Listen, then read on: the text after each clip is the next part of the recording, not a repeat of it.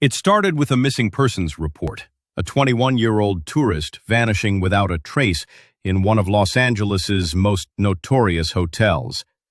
But it wasn't the disappearance that haunted people, it was what came after.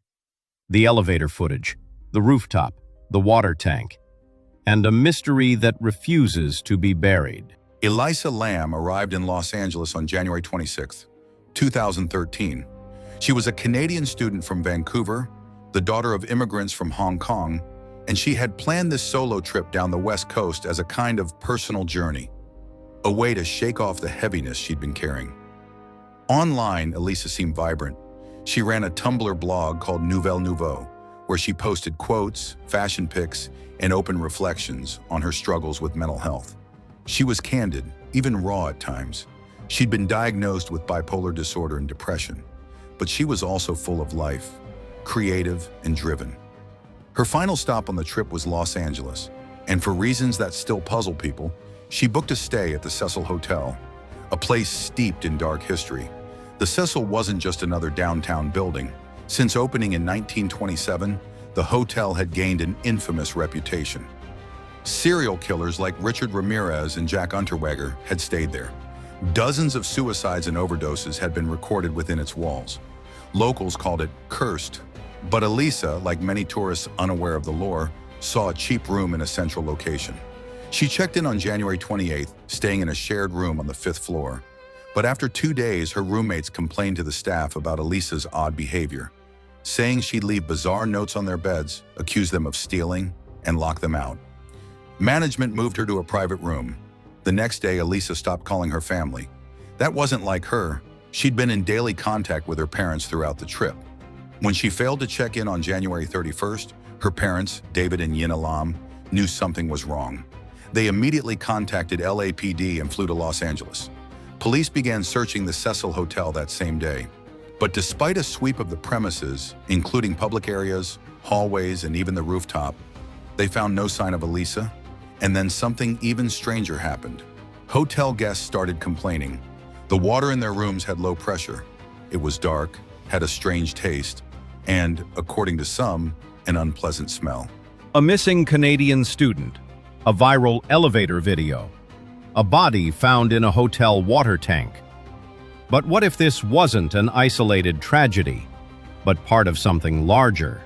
In the final part of our story, we explore the chilling connections between Elisa Lam, the Cecil Hotel, and one of the deadliest disease outbreaks in recent memory. On February 14, 2013, 2 full weeks after Elisa Lam vanished, the LAPD released a strange piece of evidence. It was surveillance footage pulled from an elevator camera inside the Cecil Hotel, dated February 1st, the day after Elisa stopped communicating. The video quickly went viral, and it's not hard to see why. In the grainy, time-stamped black and white footage, Elisa enters the elevator alone. She's dressed in a red hoodie and black shorts. Her behavior is erratic, disturbingly so. She presses multiple buttons, but the elevator doors don't close. She peeks out into the hallway, jerks back inside, hides in the corner. Then she steps out again, makes odd hand movements, almost like she's talking to someone, or something we can't see. Her hands move in strange arcs and shapes, as if she's gesturing or casting a spell. Some viewers described it as if she were playing a game. Others thought she was hiding from someone. Still others were convinced something supernatural was at work. Reddit exploded with theories. Was she being followed? Was someone outside the frame? Was this a psychotic episode brought on by her bipolar disorder? Or, as some suggested, was she playing the infamous elevator game? The elevator game is an urban legend that originated in Korea. It supposedly lets you travel to another dimension by pressing the elevator buttons in a certain order. The rules are simple but creepy, and the video seemed to match some of them eerily well. But no matter the theory, one thing was undeniable. The video felt wrong, like we were watching something we shouldn't, like something terrible had already happened, or was about to. Then, the water complaints reached a tipping point. The rooftop discovery. On the morning of February 19th, a hotel maintenance worker named Santiago Lopez was sent to check the water tanks on the roof. He took the elevator to the 15th floor, climbed a metal staircase to the rooftop, and passed the locked door and alarm system, which strangely hadn't been triggered in the days prior. Once on the roof, he approached the 4 large water tanks, each 8 feet tall, sealed with heavy lids. That's when he noticed something. One of the lids was open. Inside the tank, floating face up and naked, was Elisa Lam's body. Her clothes, those seen in the elevator footage, were found at the bottom of the tank, along with her watch and room key. The tank was drained, the body was removed, and the horror set in. Not just for her family, but for every guest who had unknowingly used that water for drinking, brushing their teeth, and showering. The same water that had a strange taste. The same water that smelled off. The same water that wasn't just dirty, it was decomposing Elisa Lam. Autopsy report. Answers or more questions? The coroner's report for Elisa Lam was released in June 2013, 4 months after her body was found. It concluded accidental drowning with bipolar disorder listed as a contributing factor. No signs of trauma, no evidence of sexual assault, no alcohol, no recreational drugs. But something didn't sit right. For starters, toxicology testing was incomplete. Elisa's body had decomposed in the tank for 19 days, and the levels of her prescribed medications were inconsistent with normal dosage.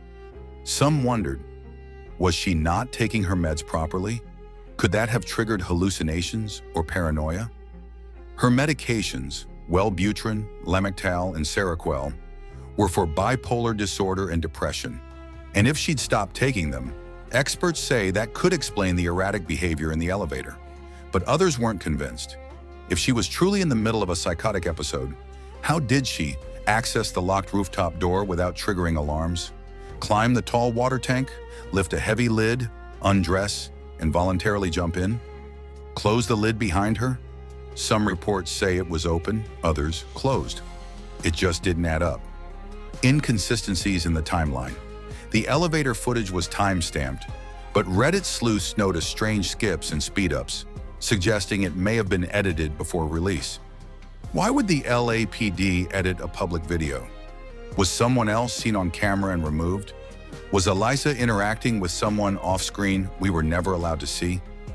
Even the autopsy was revised multiple times, originally listed as undetermined, then changed to accidental. For some, that felt like a cover-up. And then there were the physical logistics. The rooftop door was locked, alarmed, and supposedly inaccessible to guests. Yet the hotel never explained how Elisa got up there. Some said maybe she used the fire escape, climbing out a window and scaling the building. But no prints, no scratches, no camera footage supported that theory. And here's the creepiest part. A hotel guest, a filmmaker named Pablo Vergara, was staying at the Cecil during the time of Elisa's disappearance. Online, he used the stage name Morbid.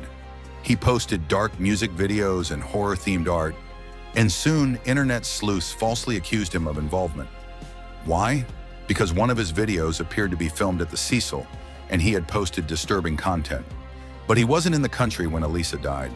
Despite that, his life was nearly ruined by internet speculation. The internet was starting to spiral, and Elisa's story was turning into something bigger, darker, and out of control.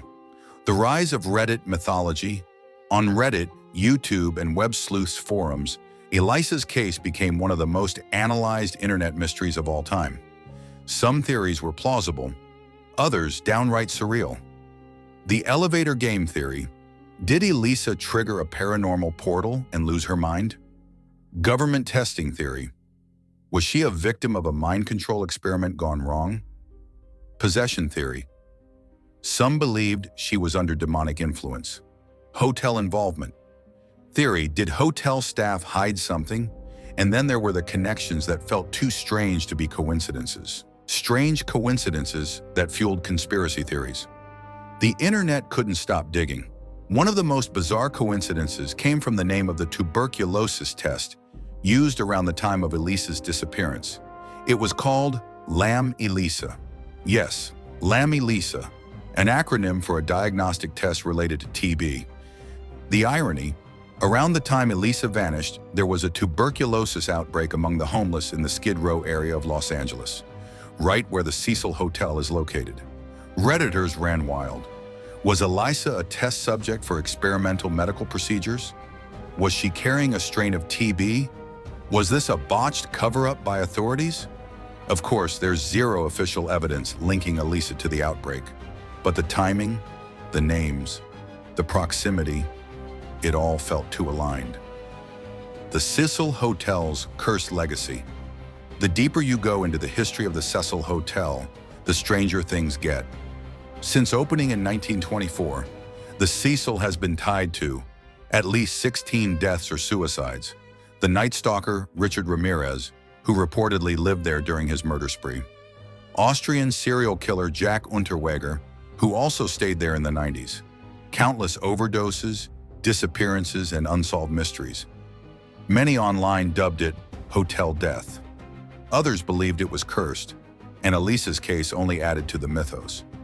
Netflix's 2021 docuseries, Crime Scene, The Vanishing at the Cecil Hotel, tried to clarify things, but even it left viewers with more questions than answers.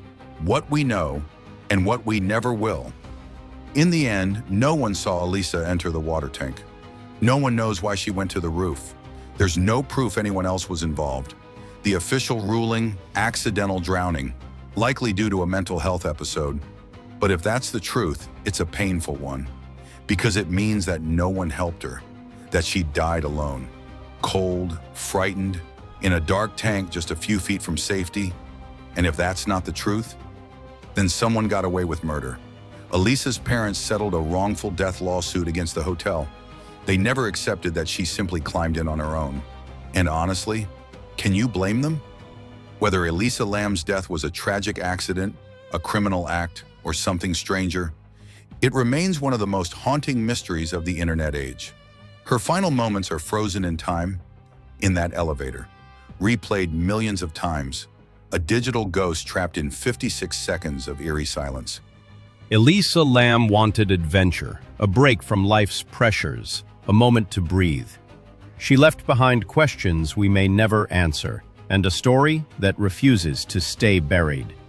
For more true stories, mysteries, and cold cases, subscribe to The Hidden Files and follow us down the rabbit hole. Because sometimes, the truth hides in plain sight.